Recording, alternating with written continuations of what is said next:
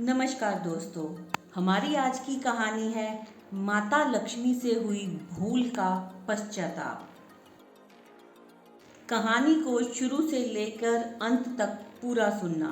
तो चलो बिना देरी करे करते हैं शुरू।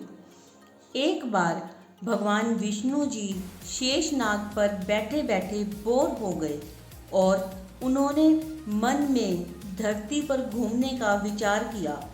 वैसे भी उन्हें धरती पर आए कई साल बीत गए थे और वह अपनी यात्रा की तैयारी में लग गए। स्वामी को तैयार होता देखकर माँ लक्ष्मी ने पूछा, आज सुबह सुबह कहाँ जाने की तैयारी हो रही है? विष्णु जी ने कहा, हे लक्ष्मी, मैं धरती लोक पर घूमने जा रहा हूँ। तो कुछ सोचकर माँ लक्ष्मी ने कहा कि हे देव, क्या मैं भी आपके साथ चल सकती हूँ?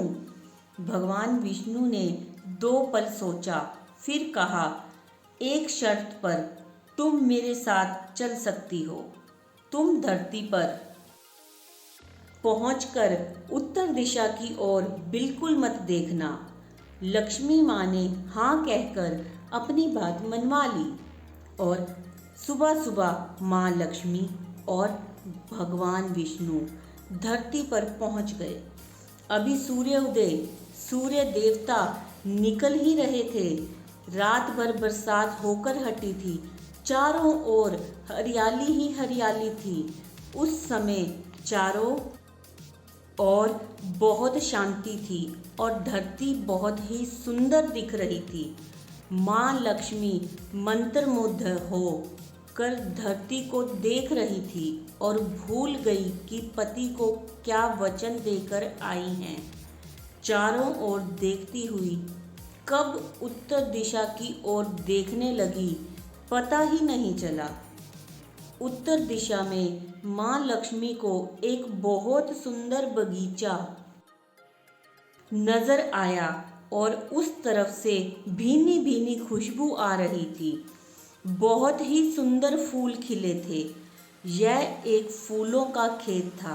माँ लक्ष्मी बिना सोचे समझे खेत में गई और एक सुंदर सा फूल तोड़ कर ले आई। जब माँ लक्ष्मी भगवान विष्णु के पास आई तो भगवान विष्णु की आंखों में आंसू थे। भगवान विष्णु ने माँ लक्ष्मी से कहा कि कभी किसी से बिना पूछे उसकी कोई भी वस्तु नहीं लेनी चाहिए और साथ ही अपना वचन भी याद दिलवाया। माँ लक्ष्मी को अपनी भूल का पता चला तो उन्होंने भगवान विष्णु से इस भूल की माफ़ी मांगी।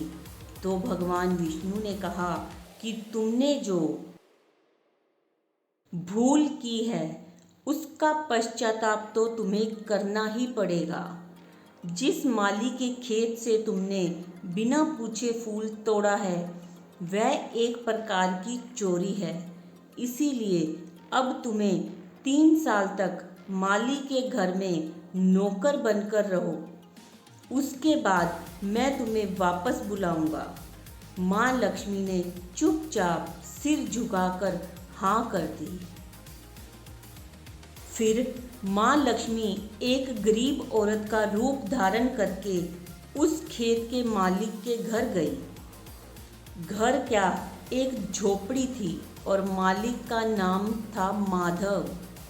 माधव की बीवी, 2 बेटे और 3 बेटियां थीं। सभी उस छोटे से खेत में काम करके किसी तरह गुजारा करते थे। माँ लक्ष्मी जब एक साधारण और गरीब औरत बनकर माधव की झोपड़ी में गई तो माधव ने पूछा, बहन तुम कौन हो? तब माँ लक्ष्मी ने कहा, मैं एक गरीब औरत हूँ। मेरी देखभाल करने वाला कोई नहीं है। मैंने कई दिनों से खाना भी नहीं खाया। मुझे कोई भी काम दे दो, मैं तुम्हारे घर का काम भी कर दिया करूँगी। बस मुझे अपने घर के एक कोने में रहने का आसरा दे दो। माधव बहुत ही अच्छे दिल का मालिक था। उसे दया आ गई। उसने कहा, बहन, मैं तो बहुत ही गरीब हूँ। मेरी कमाई से मेरे घर का खर्च मुश्किल से चलता है, लेकिन अगर मेरी 3 की जगह 4 बेटियाँ होती तो भी मैं गुजारा करता। अगर तुम मेरी बेटी बनकर जैसा रूखा सूखा हम खाते हैं उसमें खुश रह सकती हो तो बेटी अंदर आ जाओ। माधव ने माँ लक्ष्मी को अपनी झोपड़ी में शरण दे दी और माँ लक्ष्मी 3 साल तक माधव के घर पर नौकरानी बनकर रही। जिस दिन माँ लक्ष्मी माधव के घर आई थी, उस दिन से दूसरे ही दिन माधव को इतनी आमदनी हुई कि फूल बेचकर शाम को उसने एक गाय खरीद ली। धीरे धीरे माधव के पास काफ़ी ज़मीन हो गई और सब ने अच्छे अच्छे कपड़े भी बनवा लिए और एक बड़ा पक्का मकान भी बनवा लिया। बेटियों और बीवी ने गहने भी बनवा लिए। माधव हमेशा सोचता था कि मुझे यह सब इस महिला के आने के बाद मिला है। इस बेटी के रूप में मेरी किस्मत आ गई है। अब 3 साल बीत गए थे, लेकिन माँ लक्ष्मी अब भी घर में और खेतों में काम करती थी। एक दिन माधव जब अपने खेतों से काम करके घर आया तो उसने घर के सामने द्वार पर एक देवी स्वरूप गहनों से लदी औरत को देखा। ध्यान से देखने पर पहचान गया, अरे यह तो मेरी मुंह बोली चौथी बेटी है और यह तो माँ लक्ष्मी है। अब तक माधव का पूरा परिवार बाहर आ गया था। सब हैरान होकर माँ लक्ष्मी की तरफ देख रहे थे।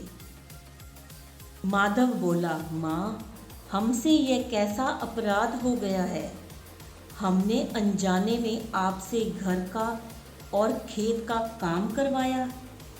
माँ, हम सबको माफ़ कर दो। अब माँ लक्ष्मी मुस्कुराई और बोली, माधव, तुम बहुत ही अच्छे और दयालु व्यक्ति हो। तुमने मुझे अपनी बेटी और परिवार के सदस्य की तरह रखा।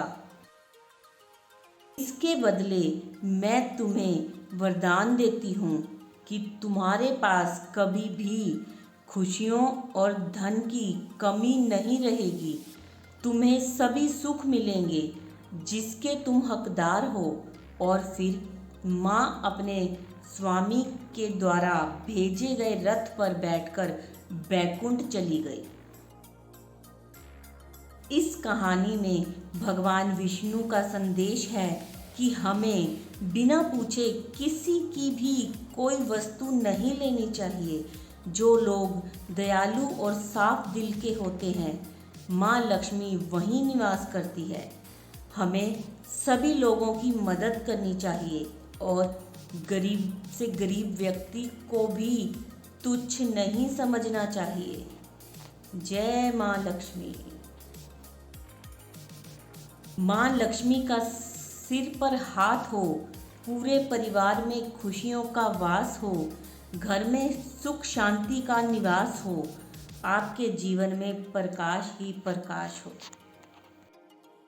माँ लक्ष्मी सबके घर में निवास करे और सबके दुख दूर करे और सबके घर में खुशियों का वास हो। तो दोस्तों, ये कहानी आपको कैसी लगी कमेंट्स में ज़रूर बताना और कमेंट में जय लक्ष्मी माँ ज़रूर लिखना और हमारे चैनल को सब्सक्राइब करें, वीडियो को लाइक करें, शेयर करें। धन्यवाद।